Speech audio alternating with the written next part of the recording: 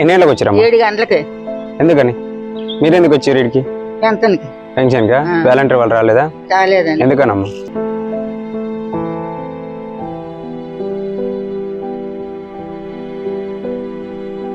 Card ఎత్తుకొని పంచాయతీ ఆఫీస్కి అని చెప్పింది మొదలట. అక్కడికి వెళ్ళండి. మరి ఎందుకు వెళ్ళండి అని చెప్పారు? అయిపోయిందని అన్నారు. మరి మాకేం తెలిసిందండి.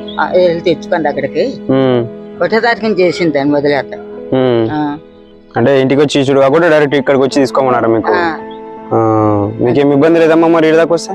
ఇబ్బంది అని నల్లకపోతున్నాయి, కాలేజ్ దగ్గర రాలేదయ్యా.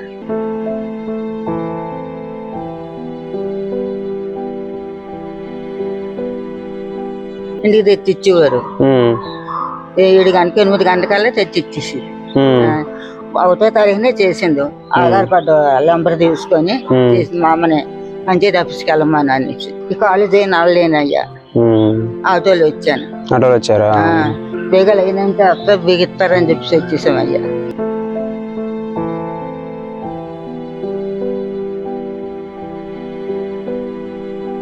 మరి ఇప్పటి వరకు ఎవరు రాలేరు కదా? ఇప్పటి వరకు ఇంకెవరు రాలేరు కదా? నాకు ఇంకొక అతను వచ్చాడండి. నా తర్వాత ఇంకొక అతను వచ్చాడు. తర్వాత వీళ్ళు సచివాలయం వాళ్ళు ఎన్ని గంటలకు ఓపెన్ చేస్తున్నారు మరి? ఏమోనండి అడగండి. మధ్యస్థాన్ని లైవ్ ఉంటుంది అనేసి. ఎక్కడి నుంచి వచ్చారు మీరు? హాస్పిటల్ ఉందండి. హాస్పిటల్ ఉంది కదా. ఎంత దూరం? దూరమేనా అయ్యా.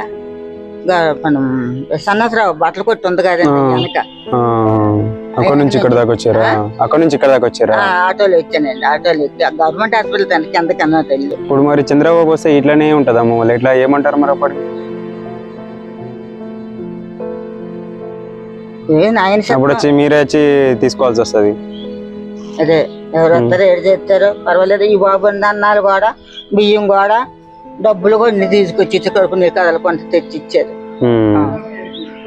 ఎవరు? జగన్. జగన్ తెచ్చి ఇచ్చారంట.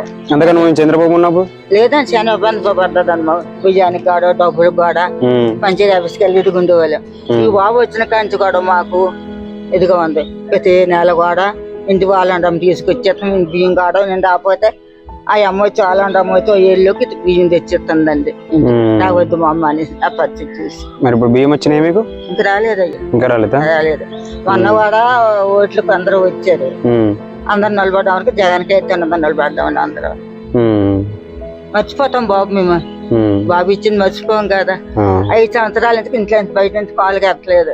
ఇప్పుడు నా కాలుకి వచ్చి 3వ సంవత్సరం అండి. నల్లకపోతుంది, చేయలేకపోతున్నాను. ఇవాళ కష్టంగా అయిపోయింది నాకు.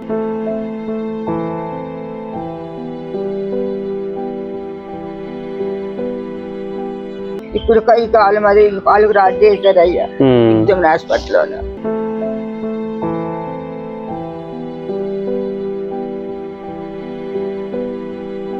Please subscribe dot news.